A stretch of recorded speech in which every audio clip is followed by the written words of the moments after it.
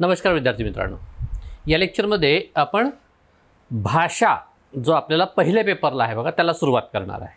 आता भाषा हा जो विभाग आहे आपल्याला अभ्यासाला, तर त्याचं जे वेटेज आहे ते फार महत्त्वाचं आहे आपल्यासाठी।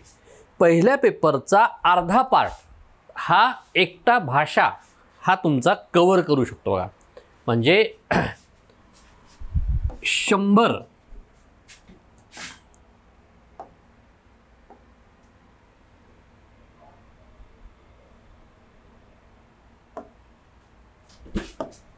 आपण जर विचार केला तर 100 ते 130 मार्क्स हा भाषा जो आहे हाच आपला कव्हर करू शकतो।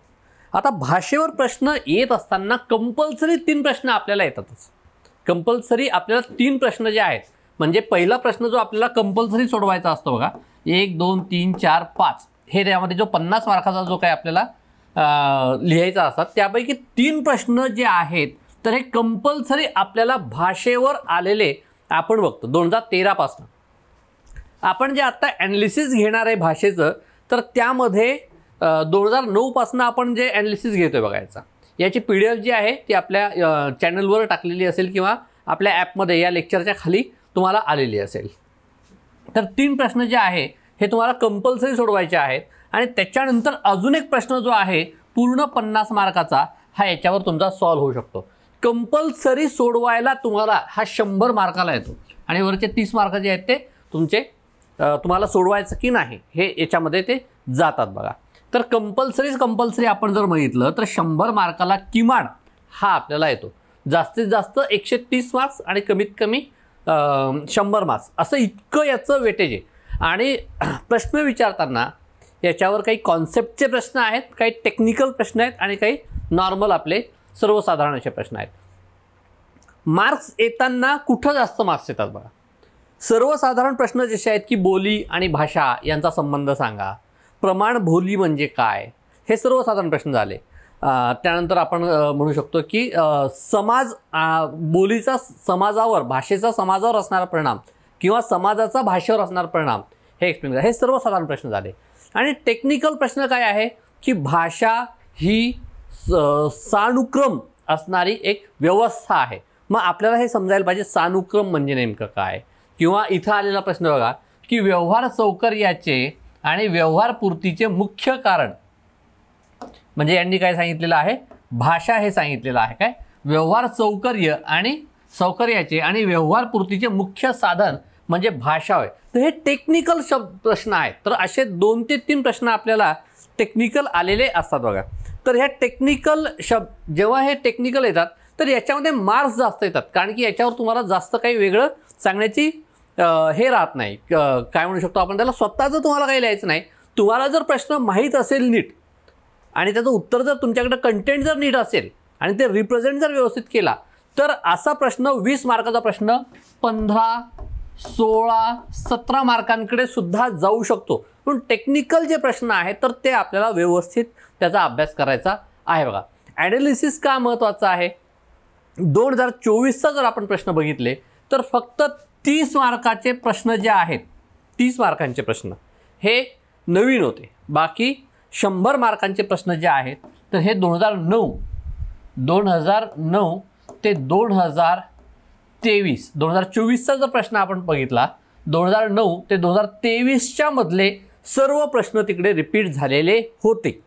याचा अर्थ काय, 2009 ते 2023चे सर्व प्रश्न लिहून बघणे, याच्यामध्ये पण भरपूर रिपिटेशन्स आहेत।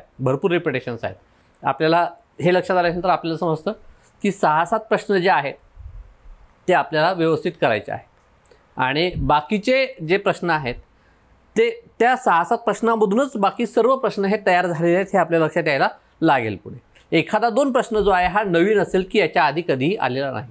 जसं 2024ला बोली भूगोल ही संकल्पना स्पष्ट करा असा प्रश्न होता, तो याच्या आधी कधीही आलेला नव्हता बघा, बोली भूगोल। कारण की बोली भूगोल हा आत्ता रिसेंट मधला हा मुद्दा होता, म्हणून तो आपल्याला आलेला होता बघा। अशा प्रकारचं हे आपलं सर्व हे असेल बघा, की असं भाषा या पार्टचं महत्त्व जे आहे ते मी तुम्हाला सांगतोय।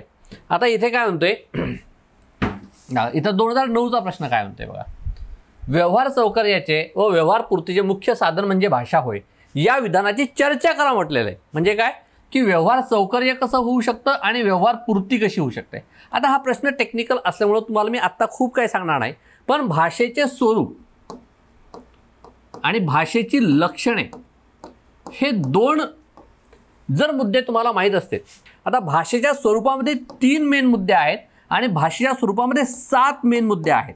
हे जर तुम्हाला माहीत असेल, हे 10 मुद्दे जर तुम्ही एक्सप्लेन केले तरी तुम्हाला प्रत्येक मुद्द्याला 2-2 मार्क्स तुम्हाला येतात बघा. हे याच्यामध्ये तुम्हाला लिहावं लागणार आहे. पण कुठल्या अनुषंगानं, की व्यवहार कसा होतो आणि त्याचं काय व्यवहार पूर्ती कशी होते याच्यासाठी. सेकंड प्रश्न बघा 2009चा आहे. बोली भाषांचा अभ्यास करताना प्रादेशिक भूगोलाचाही अभ्यास भाषाशास्त्रात का करावा लागतो ते स्पष्ट करा. बोली भाषांचा प्रश्न कशावर, बोली भाषा आणि प्रादेशिक भूगोलाचा अभ्यास का करावा लागतो. 2024चा प्रश्न जो मी तुम्हाला आत्ता म्हटलं होतं की बोली भूगोल, तर तिथे कुठं ना कुठं हा रिफ्लेक्ट होणारा प्रश्न आहे बघा. ठीक आहे, म्हणजे आता पहिला आला टेक्निकल, दुसरा गेला बोलींवर. ठीक आहे, हे आपण इकडे थोडंसं लिहूया. काय बोलींवर प्रश्न आहे. ठीक आहे, बोलीवर प्रश्न आहे आणि दुसरा काय आहे तर आपले एक टेक्निकल प्रश्न आहेत बाबा.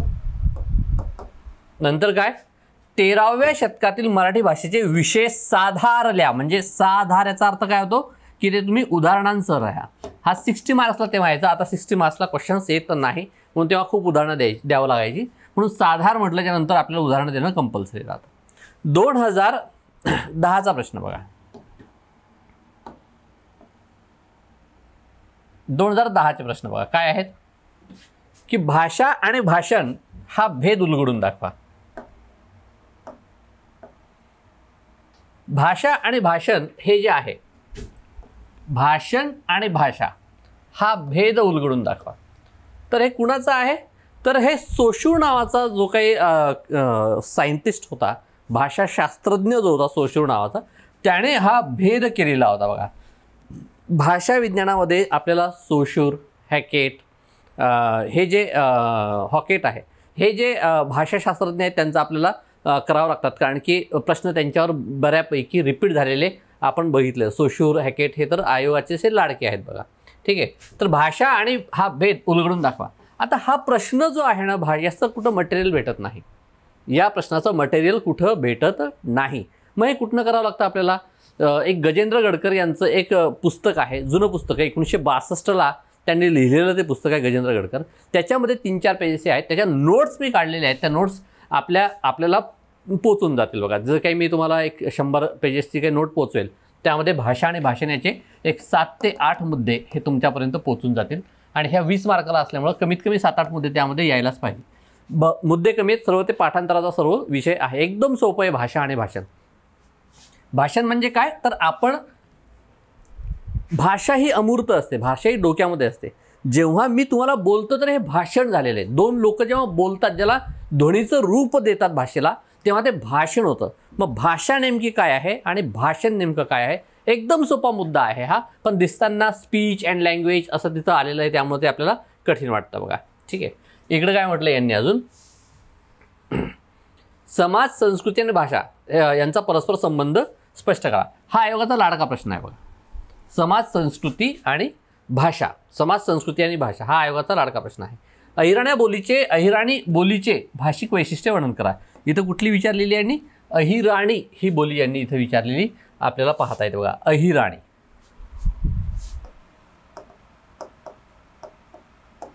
अहिराणी म्हणजे बोलींवर प्रश्न आपण सारखाच बघू शकतो.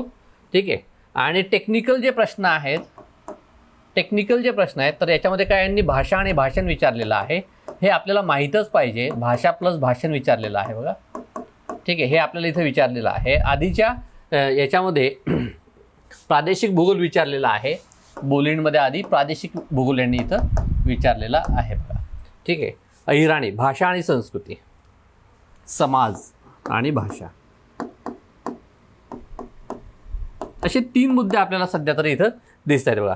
2011चा प्रश्न काय आहे, भाषेचा विचार एक चिन्ह व्यवस्था म्हणून कसा करता येतो ते स्पष्ट करून स्वर्णिम विचार म्हणजे काय ते सांगा. 15 मार्काला हा आलेला प्रश्न आहे. टेक्निकल प्रश्न आहे. आता तुम्हाला मी सांगितलं तर काहीही समजणार नाही, ते आपण पुढं जसं जाऊ तेव्हा ते लक्षात येईल आपल्याला. ठीक आहे, फक्त टेक्निकल प्रश्न काय आहे की चिन्ह व्यवस्था कशी आहे, भाषा व्यवस्था जी काही आहे त्यामध्ये चिन्ह,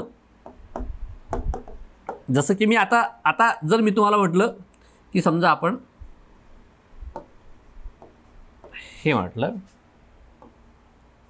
असा शब्द लिहिला, एखाद्या मराठी माणसाला जर आपण म्हटलं की हे वाचा, तर तो याला काय वाचेल? याला य म्हणून वाचेल. पण गुजराती माणसाला जर हे वाचायला सांगितलं, हा राऊंड केलेला जर मी चिन्ह वाचायला सांगितलेला, पण चिन्ह म्हणूया, कुठला हे शब्द नाही. जर मराठी माणसाला म्हटलं तो य वाचेल, पण हेच जर चिन्ह गुजराती माणसाला वाचायला सांगितलं तर तो याला अ म्हणून वाचेल बघा. कारण की त्यांच्या मुळाक्षरामध्ये, त्यांच्या बाराखडीमध्ये याला काय नाव आहे, याला काय संबोधतात, काय उच्चार करतात, याचा ते अ असा उच्चार करतात. आपण कसा उच्चार करतो? य असा उच्चार करतो. म्हणून ही चिन्ह व्यवस्था आहे.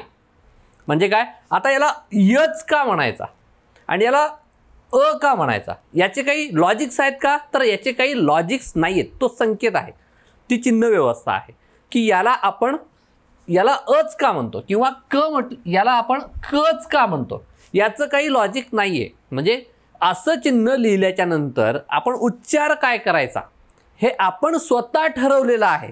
समाजाने स्वतः ठरवलेलं आहे की असं जर चिन्ह दिसलं तर त्याला क असं उच्चारायचं, हे आपण ठरवलेलं आहे. याला काय म्हणतात? चिन्ह व्यवस्था म्हणतात. ठीक आहे. मग इथं प्रश्न काय आहे, भाषेचा विचार एक चिन्ह व्यवस्था म्हणून कसा करता येतो तो स्पष्ट करून स्वनिम विचार म्हणजे काय ते सांगा. 2 प्रश्न आहे इथं.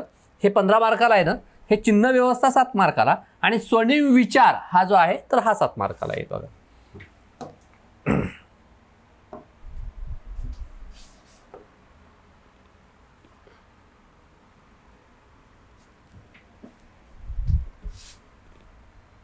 त्यानंतर 2011चे प्रश्न बघा. हे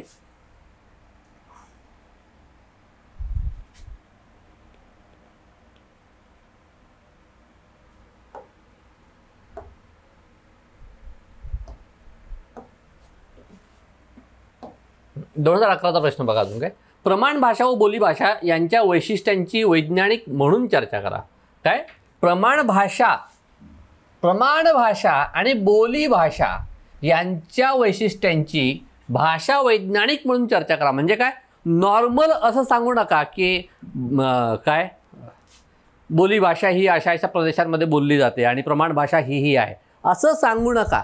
मग याचा काय, बोली भाषा निर्माण का होतात चर्चा करायला सांगितलं. प्रमाण भाषा आणि बोली भाषा यांचे वैशिष्ट्य हे तुम्हाला टेक्निकल सांगायचे आहेत, नॉर्मल नाही. इथं शब्द इथं काय भाषा वैज्ञानिक म्हणून हा शब्द इथं महत्त्वाचा आहे बघा. ठीक आहे. प्रश्न वाचताना काय मार्क्स काय येत नाही, कारण की प्रश्न नीट वाचत नाही. प्रश्न नीट जर वाचला नाही तर कंटेंट काय टाकायचं हे लक्षात येत नाही, आणि कंटेंट काय टाकायचं हे लक्षात नाही आलं तर आपल्याला वाटतं ते आपण लिहून येतो. म्हणून हे चुकतं. म्हणून क्वेश्चन हे जे आहेत हे 100 वेळा वाचायला पाहिजे, काय म्हटलेलं आहे. आणि ठीक आहे, डांगी ही मराठीची बोली आहे. डांगी ही मराठीची बोली आहे. इथं काय म्हणतो, डांगी मराठीची बोली आहे की गुजराती या वादाची भाषाशास्त्रीय चिकित्सा करा. कशी करायची? भाषाशास्त्रीय म्हणजे काय, अभ्यास करून या. हे सरळ सरळ काय सांगतात की अभ्यास करून या, तसं लिहू नका. डांगीबद्दल जर तुम्हाला माहीत असेल, काही तुम्हाला उच्चार माहीत असतील तर ते नुसतं लिहू नका. भाषाशास्त्रीय चिकित्सा करा. टेक्निकल पुन्हा शब्द जातो. बोलींवर आपण जर बघितलं, बोली भाषा आणि प्रमाण भाषा जे आहे तर हे फार इम्पॉर्टंट आहे. याचा अर्थ आतापर्यंत आपण बघितलेला आहे. प्रमाण भाषा, बोली भाषा, डांगी ही बोली आहे याच्यावर प्रश्न विचारलेला आहे. ठीक आहे. त्याच्या आधी पण आपण 2 प्रश्न त्याच्या आधी पण आलेले आपण बघितलेले आहेत बघा. नंतर काय, सामाजिक स्वरांप्रमाणे भाषा कशी बदलते ते विविध उदाहरणे देऊन स्पष्ट करा. 30 मार्काला हा प्रश्न आहे. आता 30 मार्काला प्रश्न येत नाहीत, 10, 15 आणि 20 अशा या फॉर्मॅटमध्ये आता प्रश्न येतात बघा. ठीक आहे. सामाजिक स्वरांप्रमाणे भाषा कशी बदलते, सामाजिक स्तरांप्रमाणे असायला पाहिजे. भाषा कशी बदलते. आपण स्तर आहेत आपल्या याचे. काय, आपण घरामध्ये कुटुंबामध्ये बोलत असताना आपण वेगळ्या प्रकारचं बोलतो. आपण आपल्या टीचर्सशी बोलत असताना आपण वेगळ्या प्रकारे बोलतो. आपण डॉक्टरकडे गेल्याच्या नंतर आपण वेगळ्या प्रकारे बोलतो. जेव्हा आपण स्टेजवरून कुठं भाषण देत असतो आपण त्याप्रमाणे आपण बोलत होतो. तर हे भाषेचे स्तर आहेत, हे आपल्याला इथं लक्षात घ्यायचं.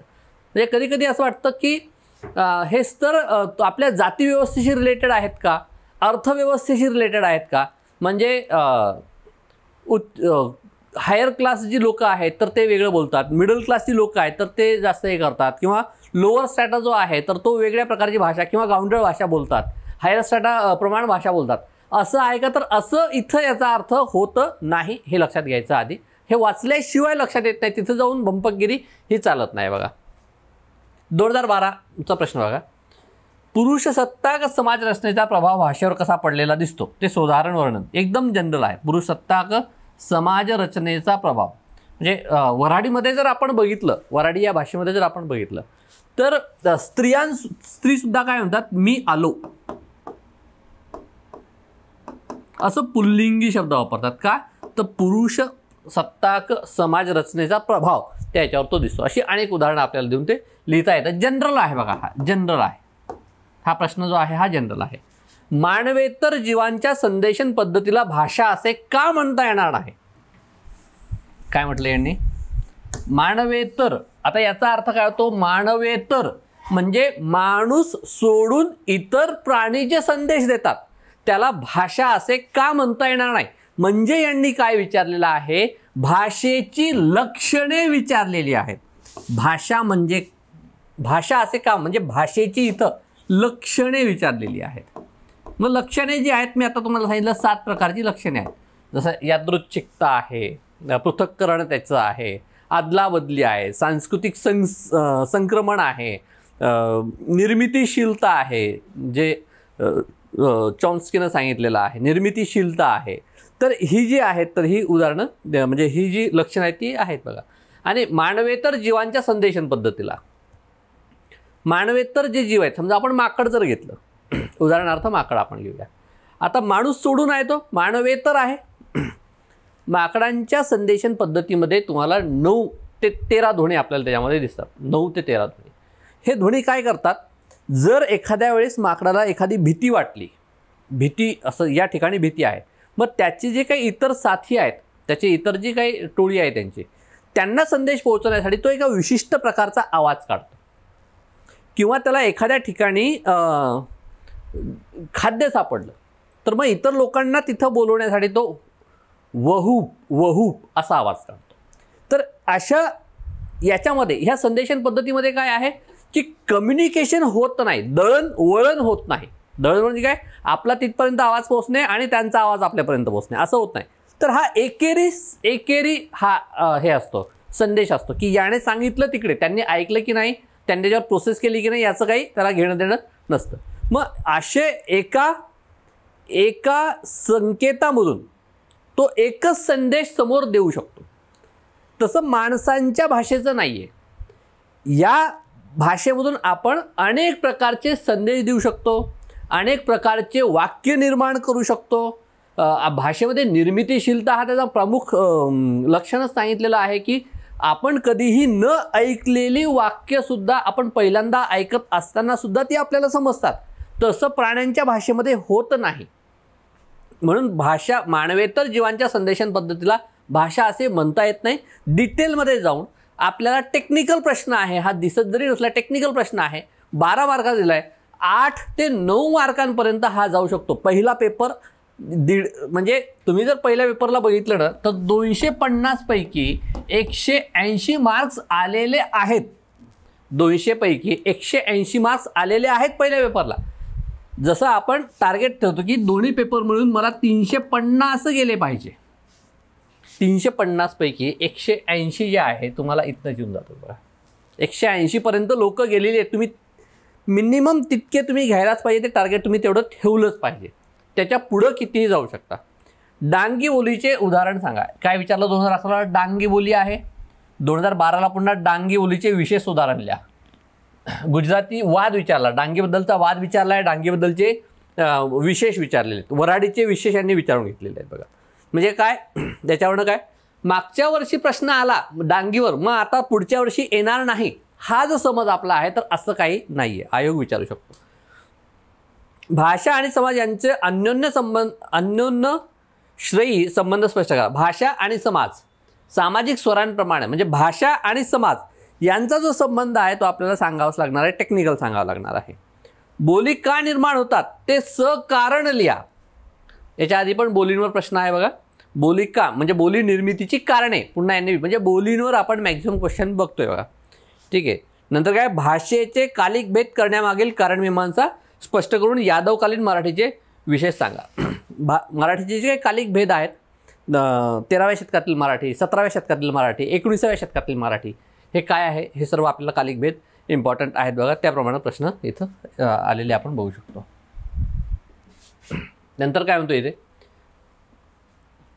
-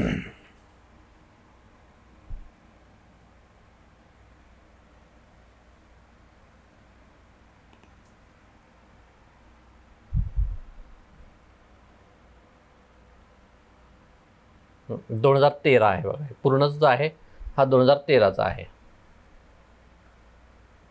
2013. भाषेची लक्षणे कोणती? सरळ प्रश्न आहे. लक्षणे तुम्हाला मी आत्ता सांगितलं की 7 प्रकारची लक्षणे हॉकेटने सांगितलेली आहेत, +2 अजून एका व्यक्तीने सांगितलेली आहेत बघा. तर हे मिनिमम 7 लक्षणे तरी तुम्हाला आली पाहिजेत, ते हेडिंग सहित लिहिता आलं पाहिजे. ठीक आहे, टेक्निकल आहे, 2 पेजेसची नोट आहे हार्डली, पण इतका महत्त्वाचा प्रश्न आहे, खूप वेळा मी रिपीट झालेला बघितलेला आहे बघा याच्यामध्ये. त्यानंतर बोलीच्या निर्मितीची कारणे कोणती असतात, ते आत्ताच जो रिपीट झालेला प्रश्न आहे तोच इकडे पुन्हा आलेला आपण बघू शकतो बघा. बोलीच्या निर्मितीची कारणे पुन्हा रिपीट झालेला आहे, आत्ता 2013चा प्रश्न पुन्हा 14ला रिपीट झालेला आपण बघू शकतो. नागपुरी बोलींची विशेष उदाहरण लिहा. बोलींवर प्रश्न इथे सारखाच आहे. आपण बोलींवर आत्तापर्यंत वराडी बघितली, डांगी बघितली, याच्यावर प्रश्न आपण बघितलेले आहेत बघा.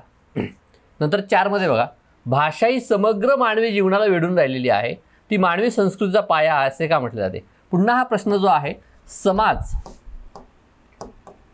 आणि भाषा याच्यावर आत्ताच जो मागचा जो आलेला आहे तोच मटेरियल इकडे आपल्याला पुन्हा लिहायचं आहे. पण किती मार्काला आहे? 20 मार्काला आहे. ठीक आहे, म्हणजे याच्यात तुम्हाला मॅक्झिमम जे आहे तर ते उदाहरणांसहित हे लिहिणं इथं एक्सपेक्टेड आहे, आपल्याला सांगू शकतो. त्यानंतरचा नेक्स्ट प्रश्न काय येतो का, सोशुरने वर्तन आणि भाषिक व्यवस्था ही विभागणी कशा प्रकारे केलेली आहे ते समजावून सांगा. वर्तन याचा अर्थ काय होतो? वर्तन म्हणजे उच्चार. वर्तन म्हणजे काय तर उच्चार याचा अर्थ होतो बघा. आणि भाषिक व्यवस्था, भाषा व्यवस्था म्हणजे काय, मग याच्यामध्ये ध्वनी आहे प्लस शब्द आहेत, वाक्य आहे. ठीक आहे, ह्या सर्वांचा विचार आपण भाषेच्या या संकेत आहेत, चिन्ह आहे, तर ही झाली सर्व तुमची भाषा व्यवस्था. आणि वर्तन म्हणजे काय तर उच्चार, म्हणजेच काय भाषा प्लस भाषण. याच्या आधी आपण प्रश्न बघितलेला आहे, भाषा आणि भाषण. भाषण म्हणजेच काय तर पुन्हा उच्चार. भाषणलाच याने शब्द काय वापरला इथं, वर्तन. हे आपल्याला माहीत पाहिजे की वर्तन या शब्दाचा अर्थ काय होतो. पॅरल अँड लँग्वा असा शब्द आहे बघा हा. ठीक आहे, सोशूरचा आहे, म्हणजे याचा अर्थ काय तर स्पेसिफिक जर सायंटिस्ट एखाद्या शास्त्रज्ञाचं जर नाव घेत असतील तर त्याचंच लिहायचं, दुसऱ्या कुठल्या याचं घेऊन जायचं नाही तिथे.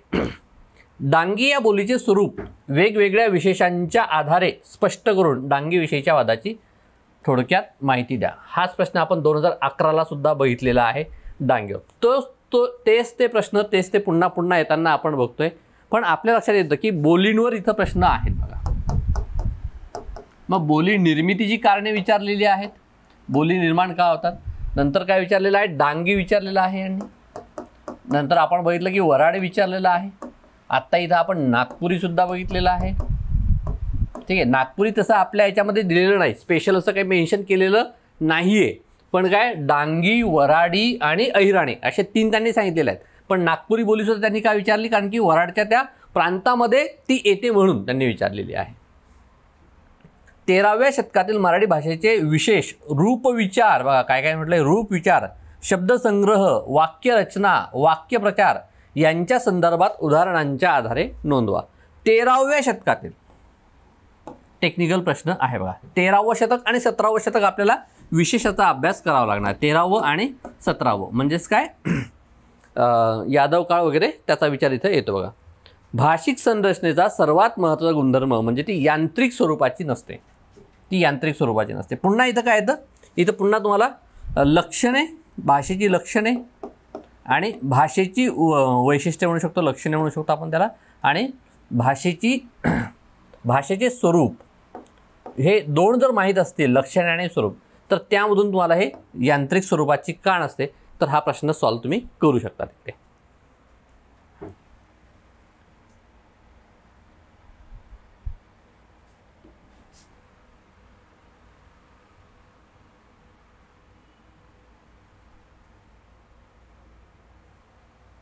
14 13चा प्रश्न आहे बघा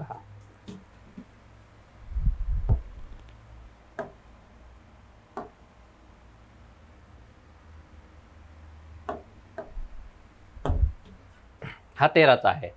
भाषा ही सानुक्रम ध्वनी रचनांच्या संकेतांवर आधारलेली संज्ञापन सानुक्रम म्हणजेच काय टेक्निकल प्रश्न आहे बघा जो आपल्याला आतापर्यंत आलेले आपण बघतोय की टेक्निकल प्रश्न सुद्धा आपल्याला 2 किंवा 3 आहेत. 20 मार्काला किंवा 35 मार्कांपर्यंत टेक्निकल प्रश्न जाऊ शकतो. हा 10 मार्काला इथं आलेला आहे बघा. ठीक आहे, म्हणजे मिनिमम 10 मार्काला. सानुक्रम ध्वनी रचनांच्या संकेतीकरणावर आधारलेली संज्ञापन प्रणाली आहे. एकदम सोपा प्रश्न आहे हा. सानुक्रम म्हटल्यामुळं तुम्हाला ते थोडंसं कठीण किंवा टेक्निकल वाटत असेल तर हा एकदम सोपा असणारा प्रश्न आहे. प्रमाण भाषा आणि बोलीभाषा यांचे महत्त्व भिन्न भिन्न प्रकारे कसे आहे? काय प्रमाण भाषा आणि बोलीभाषा. बोलीभाषेवर बोलीभाषेची वैशिष्ट्ये, बोलीभाषा निर्माण का होतात आणि काय त्यांचे संबंध, प्रमाण भाषा आणि बोलीभाषा यांचे संबंध, हे याच्यावर सारखाच प्रश्न आपण आलेला बघतोय बघा. वऱ्हाडी बोलींचे थोडक्यात परिचय करून द्या. एकदम जनरल प्रश्न आहे. वऱ्हाडी म्हणजे तुम्ही तो भाषा विचार किंवा त्यांचं काय स्वर्णिम प्रक्रिया, उच्चारण्याची प्रक्रिया असं काही टेक्निकली नाही गेलं तरी चालेल, फक्त परिचय करून द्या असं म्हटलेलं आहे. 1.5 पेजमध्ये हा 10 मार्काला लिहायचा. काय म्हणतो, नॉम चॉम्स्की या भाषा वैज्ञानिकाच्या दृष्टीने निर्मितीशीलता, आता मी तुम्हाला बोलता निर्मितीशीलतेबद्दल बोललो होतो बघा. निर्मितीशीलता हा मानवी भाषा व्यवहाराचा सर्वात महत्त्वाचा गुणधर्म आहे. तो कसा आहे ते सांगून भाषा निर्मितीच्या वेगवेगळ्या उपपत्ती कोणत्या ते सांगा, याचे सर्व नोट्स आपल्यापर्यंत पोहोचून जातील. हा एकदम निर्मितीशीलता जो आहे तर हा एकदम एखाद्या पेजमध्ये याची जास्तीत जास्त नोट असेल बघा. आणि काय उपपत्तीच्या 10 यांनी म्हणजे उपपत्ती सांगितलेल्या आहेत बघा. कृपा कुलकर्णी यांच्या पुस्तकात. तुम्हाला तिथपर्यंत जायची गरज नाही, ते पुस्तकं वाचण्याची गरज तुम्हाला नाही आहे, कारण की याची नोट आपल्याला उपलब्ध होऊन जाईल. ठीक आहे, तुम्हाला इतकं वाचण्याची गरज नाही, कारण की प्रिलिम आणि मेन्समध्ये फक्त 70 दिवसांचा आता गॅप आपण बघतोय रेग्युलरमध्ये. व्यवहार भाषा, साहित्य भाषा आणि शास्त्र भाषा यांची माहिती द्या. प्रश्न एकदम जनरल आहे. 2013चे प्रश्न जे आहेत ते एकदम जनरल प्रश्न आपण बघतोय बघा. इथं परिचय द्या, थोडक्यात सांगा, स्पष्टीकरण द्या किंवा माहिती द्या. एकदम जनरल प्रश्न जे आहेत तर ते आपल्याला इकडं दिसत आहेत बघा इथे. आता पुन्हा काय, अहिराणी. आता इथं वऱ्हाडी पण विचारली आणि अहिराणी पण विचारून घेतलेली आहे बघा. याच्यामध्ये प्रमाण म्हणजे बोली भाषेवर आपण जर बघितले प्रश्न 10, 20, 30, 35 प्रश्न जे आहेत तर ते आपल्यासमोर 2013ला एकाच वर्षी 35 मार्काला प्रश्न आलेले आहेत. 13व्या शतकातील मराठी भाषेची वैशिष्ट्ये. आत्ताच प्रश्न 2014मध्ये आपण बघितलेला आहे बघा. 13व्या शतकातील मराठी भाषेची वैशिष्ट्ये संत काव्याच्या आधारे हे करा. एकामागं एक 13ला प्रश्न आलेला 14ला रिपीट होतो आपण बघितलेला आहे. 13ला आलेला प्रश्न 2014ला रिपीट होतो. म्हणजे असा याचा अर्थ काय होतो की मागच्या वर्षीचे जे काही पेपर आहेत आदल्या वर्षीपर्यंत ते सर्व डिटेल करून जाणे हे तुमचं काम आहे. तिथं जाऊन काहीतरी त्या 3 तासांमध्ये आपल्या डोक्याला ताण द्यायचा आणि तिथं विचार करून लिहायचं. विचार करायला तिथं नाही, सगळं तिथं मेकॅनिकल काम झालं पाहिजे. इतकं काम तुम्हाला इकडं करावं लागेल बघा. मानवी भाषेची द्विस्तरीय रचना व यादृच्छिकता म्हणजे काय व त्यांचे विविध फायदे सुधारणा सहितल्या. द्विस्तरीय रचना, शब्द आणि ध्वनी ही द्विस्तरीय रचना आहे. आणि काय, यादृच्छिकता म्हणजे काय, यादृच्छिकता याचा अर्थ आहे योगायोग. यादृच्छिकता याचा अर्थ काय आहे, हे लक्षणांमधलं एक लक्षण आहे बघा. यादृच्छिकता हे एक लक्षण आहे जे हॉकेट या शास्त्रज्ञाने सांगितलेलं आहे. यादृच्छिकता हे लक्षण आहे. 7 लक्षणापैकी एक लक्षण जे आहे ते यादृच्छिकता एक लक्षण आहे. आणि यादृच्छिकतेचा अर्थ काय होतो की योगायोग म्हणजे काय. आता एक ध्वनी, आता मी इथे लिहितो काय, घोडा असा जेव्हा मी इकडे शब्द लिहिला आपण त्याचा उच्चार काय करतोय, घोडा असा उच्चार करतोय. पण असा उच्चार केल्याच्या नंतर आपल्या मनामध्ये काय येतं, एका प्राण्याची प्रतिमा आपल्या मनामध्ये येते. त्याला 4 पाय आहेत, शेपूट आहे, त्याचे मग काही वैशिष्ट्य आपल्या डोक्यासमोर येतात. पण असं जेव्हा लिहिल्याच्या नंतर घोडा हा शब्द उच्चारल्याच्या नंतर पर्टिक्युलर प्राणीच तुमच्या डोक्यामध्ये काय येतो? मांजर का येत नाही, घोडाच का येतो? तर याचा असा काही कार्यकारण संबंध नाही आहे. समाजाने ती मान्यता दिलेली आहे. म्हणजे घोडा म्हटल्यानंतर तुम्हाला या प्राण्याला घोडा म्हणायचं हे समाजाने सांगितलेलं आहे. म्हणून याला योगायोगाने याला शब्द पडले, त्या प्राण्याला हा शब्द पडलेला आहे. बाकी याच्या मागे कुठल्याही प्रकारचं कार्यकारण संबंध आहे असा काही इथे हे येत नाही. म्हणून याला यादृच्छिकता म्हणजे काय हे तुम्हाला हे सांगायचं आहे. 2 प्रश्न आहेत बघा 20 मार्काला. द्विस्तरीय रचना 10 मार्काला लिहायचे आणि यादृच्छिकता म्हणजे काय हे 10 मार्काला लिहायचे. तर यादृच्छिकतेचा अर्थ काय? तर योगायोगाने आपण त्यांना ती नावं दिलेली आहेत आणि समाजाने ती मान्य केलेली आहेत.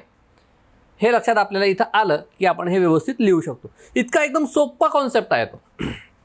2013चे प्रश्न बघा किती. 2013ला 10 मार्क 10 मार्क 10 मार्क 30 झाले. 30 नंतर 20 50 झाले, 60 65 झाले, 70 75 झाले बघा, हे 80 झाले, 80 100 आणि 120 मार्काला भाषा याच्यावर 120. आपला पूर्ण पेपर हा 250 मार्काचा आहे. नियर अबाउट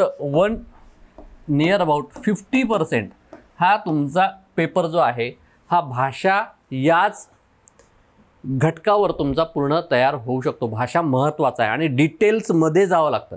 तुम्ही जर क्लास जर लावला नसता तर तुम्हाला निर्मितीशीलता म्हणजे काय ते सापडलंच नसतं एकतर कुठं तुम्हाला. ते याची अशी 10 पुस्तकं चाळावं लागतात तेव्हा हे सर्व मटेरियल तयार होतं बघा.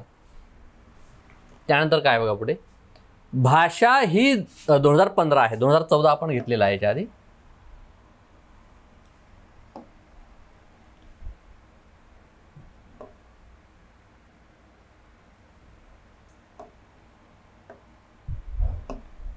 काय म्हणतो 2015 आहे इकडे. कुठला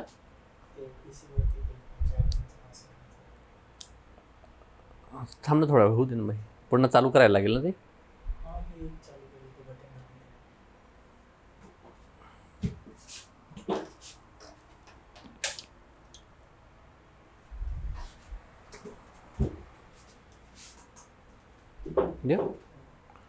बघा 2015 जो आहे भाषा ही ध्वनी संकेतांनी बनलेली संप्रेषण प्रणाली आहे. काय ध्वनी संकेत. मी आता संकेत ध्वनी संकेत चिन्ह व्यवस्था आहे. भाषा ही चिन्ह व्यवस्था आहे. ठीक आहे. भाषा संकेत आहे, चिन्ह व्यवस्था आहे किंवा खूण आहे. हे तिन्ही पण शब्द जर बघितले तर हे आपल्याला सारखे वाटतात. कुठले कुठले? संकेत प्रणाली आहे, चिन्ह व्यवस्था आहे आणि खुणा आहेत. आपण जर असं म्हटलं हे जर इथं आपण असं लिहिलं तर याला आपण संकेत म्हणू शकतो का? या ध्वनीचा हा संकेत आहे का? या ध्वनीची ही खूण आहे का? या ध्वनीचं हे चिन्ह आहे का? हे तिन्ही पण कॉन्सेप्ट आपले क्लिअर पाहिजेत. हे तिन्ही कॉन्सेप्ट आपले जे आहेत ते क्लिअर पाहिजेत. काय म्हणतोय? संकेत प्रणाली म्हणजे काय, चिन्ह व्यवस्था म्हणजे काय आणि खूण म्हणजे काय? आता बघा, जर आपण घरामध्ये झोपलेलो असेल आणि आपण उठून बाहेर आलो, हॉलमध्ये आलो. हॉलमध्ये आल्याच्या नंतर आपल्याला ओली झालेली छत्री दिसते. ओली झालेली छत्री दिसते. ती ओली झालेली छत्री ही कशाची खूण आहे? की बाहेर पाऊस चालू आहे किंवा येऊन गेलेला आहे. बरोबर आहे, ही खूण आहे. छत्री ओली असणं ही खूण आहे पाऊस येण्याची. हे आहे. त्यानंतर जर आपण ग्राउंडवर जर गेलो आणि ग्राउंड जर ओलं असेल सकाळी सकाळी तर आपण काय म्हणतोय की रात्री पाऊस येऊन गेला असेल. म्हणजे काय?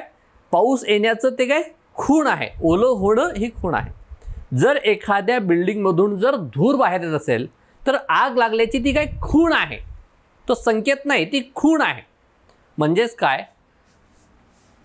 पाणी आणि ओलं होणं यांचा कार्यकारण संबंध आहे.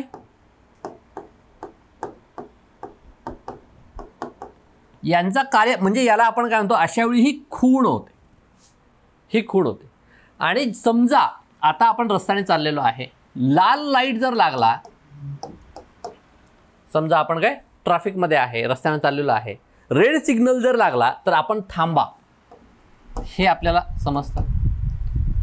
हिरवा जर झाला तर आपण काय म्हणतो, हिरवा झाला तर जा, बरोबर आहे, तुम्ही जाऊ शकता हिरवा झाल्यानंतर. आणि रेड असेल तर थांबा, लाल असेल तर थांबा. आता हे संकेत आहेत, कारण की लाल लाईट लागल्याच्या नंतर थांबायला पाहिजे, हे आपण मान्य केलेलं आहे, हे त्या रूल्सने आपल्याला सांगितलं, नियमांनी आपल्याला सांगितलेलं आहे. तशी ती काही खूण नाही आहे, तसा आपण नियम केलेला आहे की जर लाल लाईट जर लागला तर आपण थांबायला पाहिजे. हे मानव निर्मित आहेत, हे संकेत जे आहेत ते मानव निर्मित असतात. खुणा ह्या नैसर्गिक असतात. म्हणजे लाल लाईट लागणे आणि आपण थांबणे याचा कुठेही कार्यकारण संबंध नाहीये, हे आपण सांगितलेलं आहे. म्हणून काय, संकेत हे मानव निर्मित आहेत. खुणा ज्या आहेत तर त्यांचा कार्यकारण संबंध नैसर्गिकरित्या आलेला असतो. हे इथं जर हे जर तुमचं क्लिअर झालं असेल, आता जर मी हे सांगण्यात तुम्हाला जर यशस्वी झालो असेल, संकेत आणि खूण याच्यामध्ये डिफरन्स काय आहे हे जर तुम्हाला समजलं असेल, तर तुम्ही ध्वनी संकेतांनी बनलेली संप्रेषण प्रणाली आहे. घोडा हा ध्वनी जेव्हा मी उच्चारतो तेव्हा तुमच्या डोक्यात काय प्रतिमा निर्माण होते, तर घोडा, अशा प्राण्याला आपण घोडा म्हणायचं, हे आपण निर्माण केलेलं आहे, असं कुठेही नाही आहे. मे बी जर एखाद्या अंडरवर्ल्डमधला जर कोण असेल त्यासमोर जर घोडा हा शब्द वापरला तर त्याच्या डोळ्यासमोर बंदूकसुद्धा येऊ शकते, कारण की त्यांच्या समाजाने, त्या गुन्हेगारी जगताने मान्य केलेला तो संकेत आहे. लक्षात येते का, मानव निर्मित संकेत आहे. सामान्य माणसाला घोडा म्हटल्यानंतर, लहान बाळाला घोडा म्हटल्यानंतर आपण कशाचं चित्र दाखवतो, तर एका प्राण्याचं चित्र. हे आपण निर्माण केलेलं आहे, संकेत आपण निर्माण केले आहेत. ध्वनी संकेतांनी बनलेली संप्रेषण प्रणाली, मग आपण हे ध्वनी संकेत त्यांना दिलेले आहेत, हे इथं आपल्याला समजून सांगता येतं. बघा, प्रमाण भाषेचे महत्त्व व तिची समाज व्यवहारातील आवश्यकता स्पष्ट करा. प्रमाण भाषेवर नेहमी प्रश्न आहेत. बघा, अहिराणी बोलीचे वैशिष्ट्य उदाहरण लिहा. एकदम सिंपल सरळ. याच्या आधी पण अहिराणी बोलीवर आपण प्रश्न बघितलेले आहेत. प्रमाण भाषेवर मानवी भाषा व्यवहाराच्या अभ्यासातील सोश्यूर आणि नॉम चॉम्स्की या वैज्ञानिकांच्या भाषाविषयक संकल्पनांचे स्पष्टीकरण द्या. दोन्हींचं हे यायला पाहिजे, एका ठिकाणी कुठेही नाही आहेत, ते गोळा करावं लागतात. ठीक आहे. बोली भाषेचे वैशिष्ट्य आणि बोलीविषयक समजुती यावर चर्चा करा. पुन्हा इथं काय प्रमाण आहे, इथं बोली आहे. प्रश्न बोलींवर नेहमी आहे, प्रमाण भाषेवर नेहमी आहे. मानवाची भाषा आणि मानवेतर प्राण्यांची भाषा यातील फरक स्पष्ट करा. आत्ताच मी तुम्हाला सांगितलेलं आहे की मानवाची भाषा ज्यात लक्षणं आहेत ती तुमच्यासाठी भाषेची जी 7 लक्षणं आहेत ती महत्त्वाची आहेत, आणि मानवेतर प्राण्यांची जी काही लक्षणं आहेत ती त्याच्यावर सांगा. मानवेतर प्राण्यांची भाषा यातील फरक स्पष्ट करा. मी आता वेगळं, मगाशी मी आकडाचं उदाहरण दिलं होतं, आता तुम्हाला त्या मधमाशांचं उदाहरण देतो. मधमाशांचं काय आहे की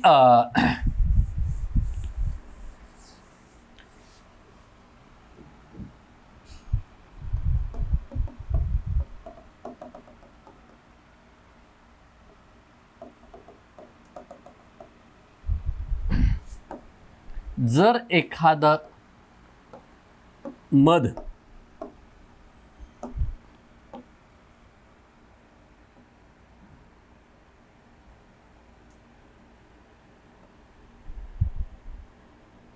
ही मधमाशी असं आपण आता कन्सिडर करू. ही मधमाशी जेव्हा अशी उडत जाते, गोल उडत जाते आणि पुन्हा असा छोटासा राऊंड त्या याला करते, तर तेव्हा ती संकेत काय देत असते की आपल्या या पोळ्यापासनं, जे काही त्यांचं मधमाशांचं पोळं आहे तिथपासनं डाव्या बाजूला किंवा त्यांची दिशा ठरलेली आहे, समजा डावीकडे 20 फुटाच्या आतमध्ये चांगल्या प्रकारचं एक मध आहे असं ती सांगत असते. बघा, याच्यामधनं असे यांची 20 फूट, 70 फूट, 50 फूट आणि 80 फुटाच्या पुढं अशा यांच्या 3 प्रकारचे नृत्य यांच्यामध्ये आहेत. बघा, ह्या नृत्याच्या माध्यमातून ते काय करतात की कुठल्या दिशेला मध आहे, किती अंतरावर आहे आणि त्याचा दर्जा काय आहे, हे ते या नृत्यामधून ते सांगत असतात ह्या. ठीक आहे. तर म्हणजे काय, पुन्हा एकच एक संदेश देऊ शकतात. ज्या मधमाशा आहेत त्या काय फक्त 3 संदेश त्यांच्या याच्यामधून मिळतात. मधात संबंधी असणार संदेश काय, कुठल्या दिशेला आहे, किती अंतरावर आहे आणि त्याची क्वालिटी काय, त्याचा दर्जा काय.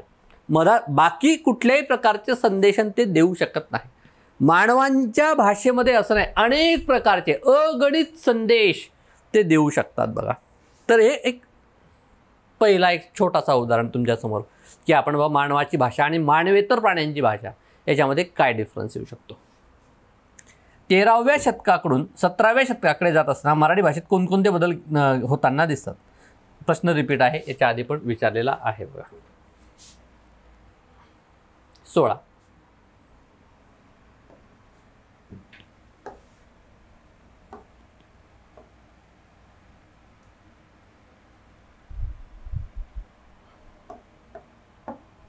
काय म्हणते, मानवी समाज व भाषा यांचा संबंध अतूट असतो हे कोणत्या प्रकारे सिद्ध होते.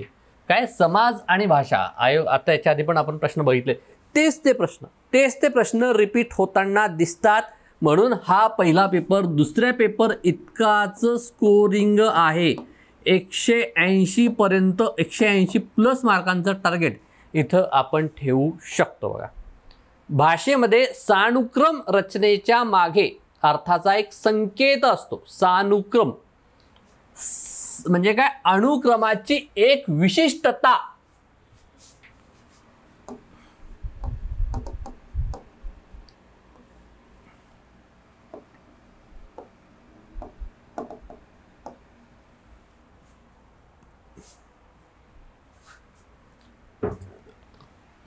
सानुक्रम. कुस्तप असं म्हटल्यानंतर आपल्या डोक्यामध्ये काय येतं का, हा ध्वनी समुच्चय असं म्हणतो याला. हा शब्द नाहीये, आपण काय हे वेगवेगळे ध्वनी आहेत. कु हा एक ध्वनी आहे, स्त हा एक ध्वनी आहे, प हा एक ध्वनी आहे, बरोबर आहे. मग असे वेगवेगळे ध्वनी मिळून काय झालं, ध्वनी समुच्चय झाला. असं मी त्याला ध्वनी समुच्चय असा शब्द वापरतो. असा ध्वनी समुच्चय जर मी वापरला ज्याला एक अर्थ निर्माण होत नाही, त्यातून काही तुम्हाला अर्थ लागतो का, नाही. पण जर मी तुम्हाला पुस्तक असं जर म्हटलं तर काय, याच्यातनं काहीतरी बोध होतो तुम्हाला, काहीतरी अर्थ. पुस्तक म्हटल्याच्या नंतर तुमच्या डोळ्यासमोर पुस्तक येतं, तुमच्या डोक्यामध्ये मेंदूमध्ये एक प्रतिमा निर्माण होते, पुस्तकाची प्रतिमा निर्माण होते. म्हणजेच काय, हा जो ध्वनी आहे तर हा सानुक्रम असला पाहिजे, अनुक्रमाला काहीतरी अर्थ असला पाहिजे. सानुक्रम व्यवस्थित, सह अनुक्रम, तर याला काहीतरी अर्थ आहे. म्हणजे काय, भाषेमध्ये सानुक्रम रचनेच्या मागे अर्थाचा एक संकेत आहे. जर अनुक्रम जर नीट असेल तर त्याच्या मागे काहीतरी अर्थ आहे. असं मी जेव्हा ध्वनी समुच्चय असा शब्द, असा ध्वनी समुच्चय मी जेव्हा व्यवस्थित उच्चारतो त्यामधून मग मला काहीतरी समजतं. पुस्तक, मग त्यातनं मला काहीतरी समजलं आहे.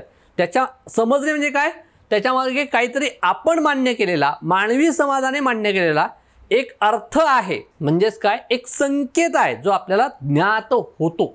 असं वेगवेगळ्या प्रकारे ते लिहायचं असतं. 10 मार्काला आहे. मी बोललो त्याच्यावर पण तुम्ही आता हे लिहू शकता.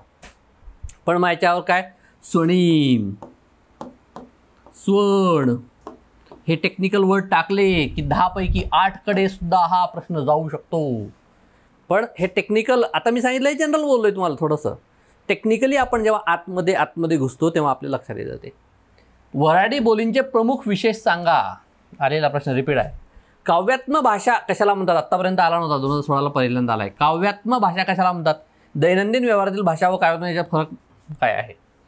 5-5 मार्काला दोन्ही पण आहेत बघा. हा 5 मार्काला लिहायचा, हा 5 मार्काला लिहायचा. काव्यात्मक भाषा कशाला म्हणतात, एक 50 शब्दांमध्ये सांगितलं की संपलं प्रश्न. कोणत्या भाषाविषयक विचारांमुळे भाषा विज्ञानाच्या क्षेत्रात सोशूरची कामगिरी पायाभूत मानली जाते. कोणत्या म्हणजे काय, सोशूरचं जे काही फंडामेंटल्स जे काही नियम आहेत ते आपल्याला सांगण्याचं टेक्निकल आहे. 20 मार्काला खूप लिहू शकतो आपण, त्याबद्दल खूप लिहू शकतो. महत्त्वाचे 4-5 जरी तुम्ही व्यवस्थित उदाहरणांसहित एक्सप्लेन केले, डायग्राम वगैरेच काढल्या, फ्लोचार्ट काढले, तर 20 पैकी तुम्हाला एक 15 मार्कांकडे सुद्धा तो प्रश्न जाऊ शकतो बघा. प्रमाण भाषा आणि बोलीभाषा यांची व्यवस्था सांगून दोघांतील परस्पर संबंध. याच्या आधी पण आपण भरपूर वेळा हा प्रश्न बघितलेला आहे बघा. म्हणजे आता इथं जरी आपण बघितलं, भाषेवर हा प्रश्न रिपीट आहे, सानुक्रम प्रश्न हा प्रश्न रिपीट आहे, वऱ्हाडी बोलींचा हा प्रश्न रिपीट आहे, हा प्रश्न नवीन आलेला आहे. ठीक आहे. कोणत्या भाषा विचारामुळे सोशूरबद्दल आतापर्यंत आपल्याला फंडामेंटल काही खूप आलेलं नाही. प्रमाण भाषा आणि हे पण रिपीट आहे. 13व्या शतकातील मराठी भाषा आणि 17व्या शतकातील मराठी भाषा हे पण रिपीट आहे. अहिराणी बोलींचे विषय सांगा हा पण रिपीट आहे. म्हणजेच काय 2 प्रश्न इथं नवीन आलेले आहेत. किती मार्काला? 30 मार्काला नवीन आहे. बाकी 30, 40, 50, 60, 65, 75, 85, 85 आणि 15, 90, 100 मार्काला आपल्याला रिपीट झालेलं आपण इथं बघू शकतो बघा इथं. ठीक आहे. म्हणून 2009 पासनं हे प्रश्न बघणं त्यासाठी इम्पॉर्टंट आहेत. काय म्हणतो,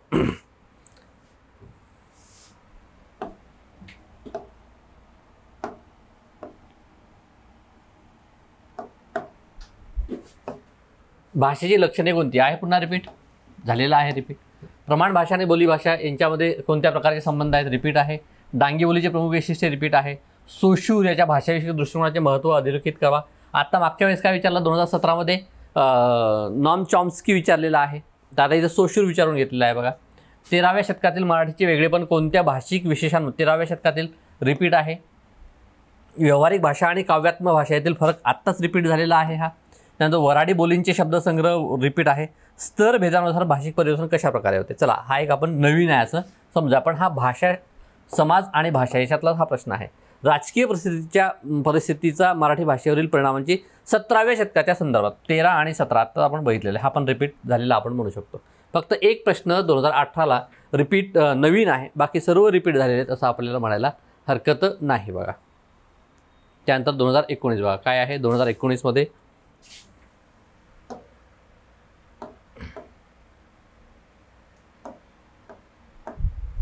काय भाषेमुळे समाज घडतो आणि समाजाचा भाषेवर परिणाम होतो. हा रिपीट जरी झालेला नसेल तरी हा तुम्हाला भाषेमध्ये वाचावाच लागतो.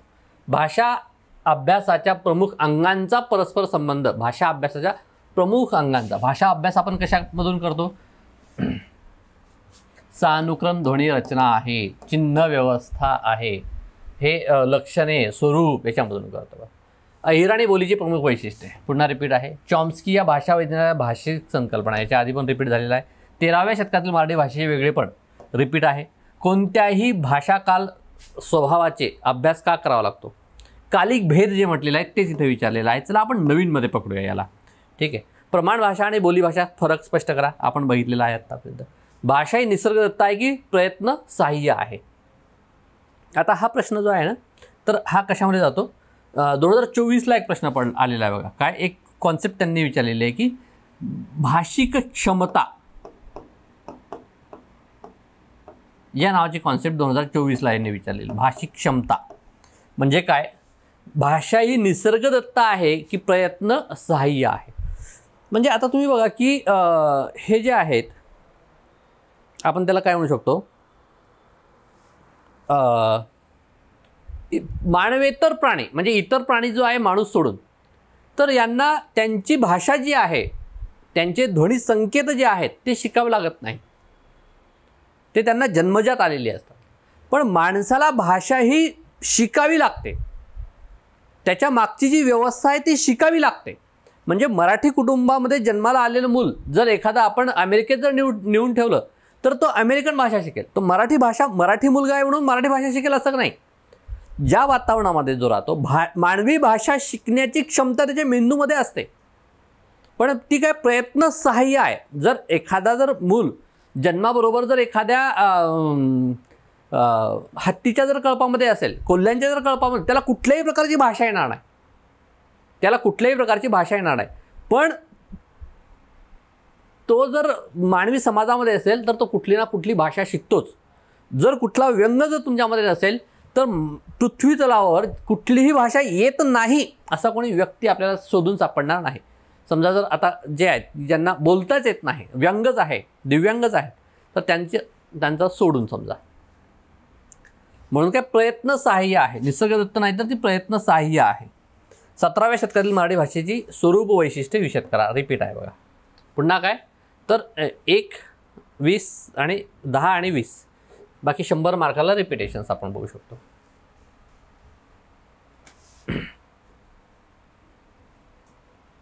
हा 18 19 आहे, 17चा मागं पुढं झालेला आहे. ठीक आहे, पुन्हा 17मध्ये काय बघा, थोडेसे मागं पुढं झालेले आहेत हे वर्ड्स. हे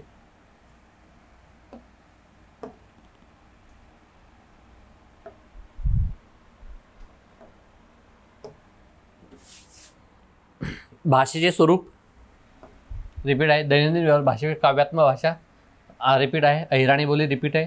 सोशूर आणि चॉम्स्की संकल्पना विस्ताराने स्पष्ट करा. 17व्या शतकातील हे पण आपण बघितलेलं आहे. भाषा यांत्रिक स्वरूपाची नसते, हा नवीन आहे समजा आपल्याकडे. प्रमाण भाषेचे समाज व्यवहारातील महत्त्व. 13व्या शतकातील मराठी भाषेची कोणती वैशिष्ट्ये नंतरच्या काळामध्ये बदलत गेली ते हे. बोली निर्माण होतात याचे कारण. डांगी रिपीट आहे बघा, माहिती द्या, सर्व रिपीट आहे. फक्त एक प्रश्न जो आहे तो इथं नवीन आहे. 2020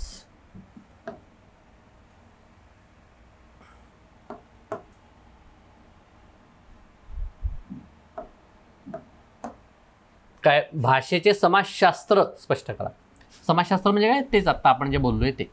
तरी नवीनमध्ये बघूया. वऱ्हाडी बोली जुना आहे. चॉम्स्कीच्या सिद्धांताचे भाषेचे स्वरूप स्पष्ट होण्यास कशी मदत होते, रिपीट आहे.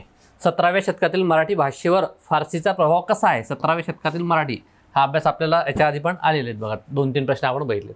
भाषा व बोली यातील फरक सांगून, यांचे भाषा आणि बोली म्हणजे प्रमाण भाषा आणि बोली यातील फरक सांगून भाषेचे प्रमाण भाषेचे महत्त्व विशद करा. म्हणजेच काय, पुन्हा हा प्रश्न रिपीट झालेला आहे. कधी कधी फरक सांगा, कधी कधी साम्य भेद सांगा, कधी कधी साम्य आणि त्यामध्ये भेद, साम्य भेद, कधी कधी संबंध सांगा. असे प्रश्न इथं भाषा आणि बोली याच्यावर आपण बघितलेले आहेत. व्यवसाय आणि स्तर यातील भेदानुसार भाषिक परिवर्तन होते. न्यूमध्ये पकडूया याला. भाषेची मूलभूत कार्य कोणती, मूलभूत कार्य संप्रेषण वगैरे ते आहेत, तर याला पण नवीनमध्ये पकडूया. 19व्या आता बघा हा प्रश्न इथं महत्त्वाचा मला वाटतो. 19व्या शतकातील भाषेचे स्वरूप. 13वं शतक यांनी विचारलेलं आहे, 17वं शतक विचारलेलं आहे, कारण की ते आपल्या सिलेबसमध्ये जशाल तसं मेन्शन आहे. पण इथं 19व्या शतकावर याचं काही काम नाही आहे, पण यांनी विचारलेला प्रश्न आहे हा. आणि प्रश्न 20 मार्काला प्रश्न येतो, असं नाही की 10 मार्काला विचारला आहे, 20 मार्काला. म्हणजे आपल्याला हे सर्व हे करून जाणं इम्पॉर्टंट आहे बघा. म्हणजे भाषेला जर आपण महत्त्व दिलं आपल्या याच्यामध्ये अभ्यास करत असताना, तर आपले मॅक्झिमम प्रश्न सॉल्व्ह होऊ शकतात. हे मला इथं सांगायचं आहे की जे प्रश्न आहेत बोली भाषा 17वं शतक 13वं शतक चॉम्स्की सोशूर हे आपल्याला करतच जायचे आहेत. आणि बोली ज्या आहेत त्या भाषेचं समाजशास्त्र जे आहेत हे तर करायचंच आहे, हे तर सारखंच विचारतात. एखादा 2 प्रश्न जो रिपीट होतो तिथं तुम्हाला मार्क्स एक्स्ट्रा मार्क्स इथं येणार आहेत बघा.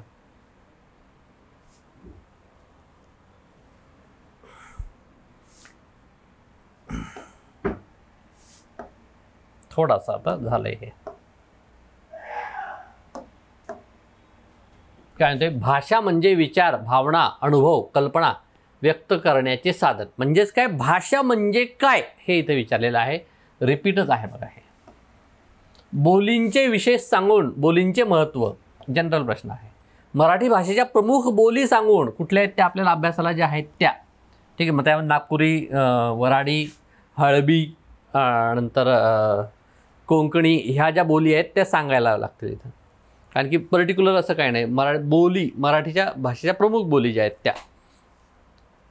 भाषा आणि समाज यांचा सहसंबंध उलगडून दाखवा. भाषा आणि समाज, तोच पुन्हा प्रश्न रिपीट झाला. यादवकालीन मराठी हे पण रिपीट आहे बघा, हा पण रिपीट आहे बघा.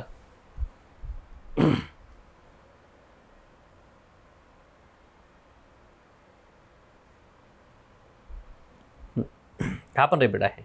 व्यावहारिक भाषेपेक्षा साहित्याची भाषा वेगळी कशी असते, रिपीट आहे. 17व्या शतकातील मराठी भाषा प्रवाहाची चर्चा करा, रिपीट आहे. भाषा विज्ञानातील नोम चॉम्स्कीच्या भाषाविषयक संकल्पनांचे विवेचन करा. नॉम चॉम्स्कीचं जे आहे ते याच्या आधी पण आलेलं आहे. एखादा प्रश्न इथं होऊ शकतो, पण 21ला असे काही नवीन प्रश्न नव्हते बघा. 22 बघा.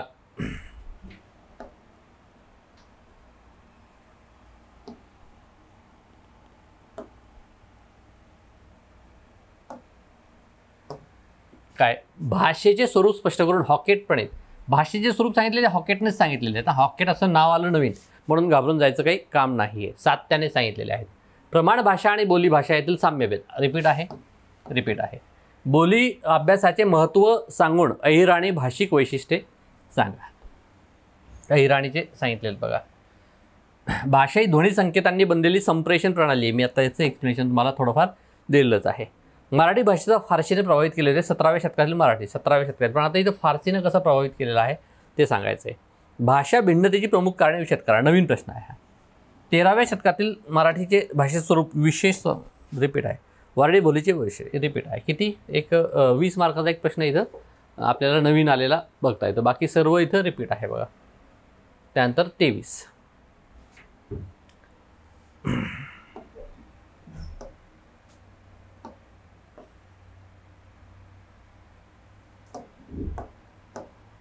काय म्हणतो? भाषा एक संकेत प्रणाली आहे. आता मी तुम्हाला सांगितलं की संकेत म्हणजे काय, चिन्ह म्हणजे काय आणि खूण म्हणजे काय, याच्यातलं हे संकेत प्रणाली कशी आहे ते पण मी तुम्हाला आता सांगितलं. म्हणजे रिपीट आहे हा. बोलींची विविधता सांगून डांगी बोलीचे आलेलं आहे. भाषिक भांडार व लघुक्षेत्र ह्या संकलन नवीन आहे. भाषिक भांडार आणि लघुक्षेत्र. भाषा समाज संस्कृती यातील अनुबंध स्पष्ट करा. रिपीट आहे. भाषेची मूलभूत कार्य रिपीट आहे. प्रमाण भाषेपेक्षा अहिराणी बोली कशी वेगळी ठरते ते शोधारण लिहा. अहिराणी बोलीवर आले प्रमाण भाषेपेक्षा कशी वेगळी. रिपीट आहे. साहित्याच्या भाषेचा वेगळेपण विषद करा. साहित्याची भाषा, व्यावहारिक भाषा हे आपण आता बघितलेलंच आहे. रिपीट झालेला प्रश्न आहे. किती प्रश्न आहेत नवीन? एकच नवीन आहे. तो पण किती कंपल्सरीमध्ये आहे. पण तो ते मला त्याला सोडता येत नाही. नाहीतर जर नाही आला तर मग ते आपल्याला स्किपच करावं लागतो असं आहे. बोली भूगोल ही संकल्पना याच्या आधी इनडिरेक्टली आलेला आहे. आपण नवीनमध्ये पकडू याला.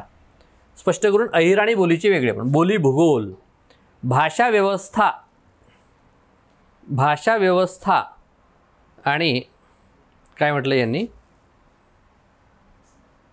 भाषा व्यवस्था आणि भाषा व्यवहार या दोन भाषिक स्तरांचे दोन स्तरांचे विवेचन करा. हे 2024 सुरू झालं आहे बघा. विवेचन करा. रिपीट आहे बघा. हा पण रिपीट आहे. नंतर काय? नॉम चॉम्स्की यांची भाषिक क्षमता हा पण नवीन आहे. प्रमाण भाषा आणि बोलीभाषा सहसंबंध आलेला आहे. भाषेचे स्वरूप स्पष्ट करा. जुनाच आहे. प्रमाण भाषेपेक्षा वऱ्हाडी बोली जुनाच आहे. साहित्य भाषेची ठळक वैशिष्ट्ये म्हणजे काय? काव्यात्मक भाषा, साहित्य भाषा हे झालं. म्हणजेच काय? एक प्रश्न नवीन आहे याच्यामध्ये आणि बाकी जे आहे त्याच्या आधीची 2 प्रश्न इथं नवीन आहेत. बाकी सर्व जुना आहे. या प्रकारे भाषेवर प्रश्न कसे आलेले आहेत हे आपण बघितलेलं आहे बघा. आपली ऑनलाईन बॅच चालू आहे. ज्या लोकांना लावायची असेल त्यांनी ती लावावी. जी काही आपली हे आहे लिंक आहे ती मी तुम्हाला डिस्क्रिप्शन बॉक्समध्ये टाकतोच आहे. धन्यवाद.